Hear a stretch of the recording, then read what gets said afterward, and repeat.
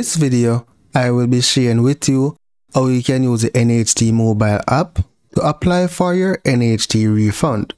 So if you're a new applicant, you're going to select register and complete the information for your account, right? I already have an account, so I'm going to step back and log in. Select sign in. I'm just going to provide my email address and password here to sign in. You have the option to select remember me, so you don't have to enter your email address and password each time. So here, just sign in.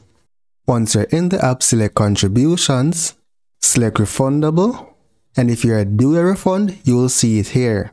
So at the bottom of the screen, you're going to select apply for refund. From the drop down, select where you will receive your refund, right? So I'm going to select bank, and then you're going to complete your banking information. From the drop down, you can choose your bank. So you're going to select your branch. You're going to specify your account number. So once you specify your account number, select your account type, select done, and then you can submit your application. And that's all it is there for applying for your refund. So because I already applied, I do not want to submit another application. So once you hit the submit, that should be basically it.